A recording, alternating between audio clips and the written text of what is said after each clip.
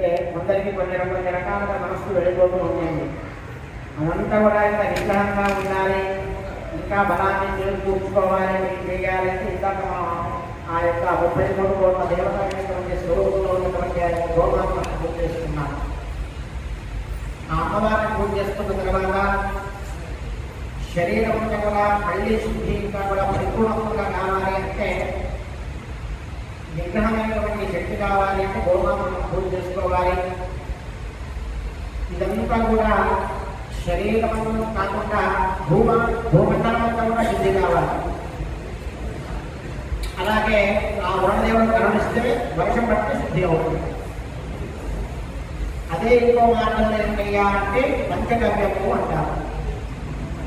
ఆ పంచగవ్యము అంటే గోమూత్రము, గోమయము, ఆవు పాలు, ఆవు పెరుగు, ఆవు నెయ్యి, ఇవన్నీ కూడా మంత్రం ద్వారా నివేదన చేసి మళ్ళీ ఆ యొక్క గర్భగృహ చెంత ఇవన్నీ కూడా కలిపి అభిమంత్రణ చేసి ఇదంతా కూడా 4 వైపులా చల్లినట్లయితే శుద్ధి అవుతుంది. అలాగే మన శరీరంలో కూడా తీర్థ స్వరూపంలో మనం తీసుకుంటే మన శరీరంలో కూడా సంపూర్ణంగా శుద్ధి అవుతుంది. ఎన్నో రకాల వ్రతాలు చేస్తూ ఉంటాం. ఉదయం నుండి లేచినప్పటి నుండి రాత్రి పడుకునే వరకు తెలిసిగా ఎన్నో పాపాలు చేస్తూ ఉంటాం. అవన్నీ ఎలా పోవాలి? ఏదో ఒక మార్గం కావాలి. పాపాలను మనం నశించాలి అంటే ఒక గురువుని పట్టుకోవాలి, దేవత దర్శనం చేసుకోవాలి, యాగాల పనుల్లో పాల్గొనాలి, చూడాలి, దర్శనం చేసుకోవాలి, వేదమూర్తుల బ్రాహ్మణుల సేవ చేసుకోవాలి, తల్లిదండ్రుల సేవ చేసుకోవాలి, పెద్దవాళ్ళని గౌరవించాలి. ఎన్నో మార్గాలు ఉన్నాయి. అవన్నీ కూడా మనం చేసుకోవాలి.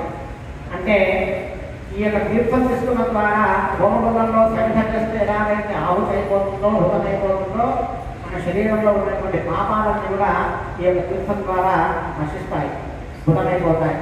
అంటే ఇలాగ మరి రోజు పాపాలు చేస్తుందా, రోజు తీసుకుంటే పోతాయా అంటే అట్లా పోదు. ఏదో ఒక సందర్భం కావాలి. ఆ సందర్భమే ఇటువంటి కార్యక్రమాలు. కాబట్టి మనం చేసిన అన్ని ఈ పూజకు మనం అర్హులం కావాలి. శరీరం శుద్ధి ఉంటే కానీ పూజా కార్యక్రమానికి అర్హం అవుతాం. కాబట్టి ఇప్పుడు జరుగుతున్నటువంటి బ్రతుకు పంచగవ్యము అంటారు. ఆ పంచగవ్యం తర్వాత దీక్షాధారణం ఉంటుంది.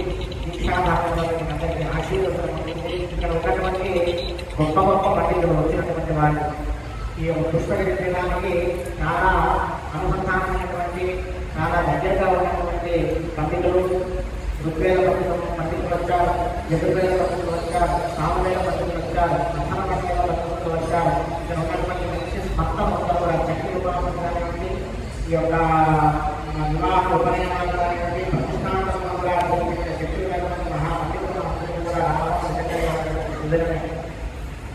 ఇక్కడ అందరూ ఇక్కడ కూడా పండితులు ఉన్నారు. కార్తీక శర్మ గారు వాళ్ళే తక్కువే కాదు, వాళ్ళు కూడా మహాపండితులే.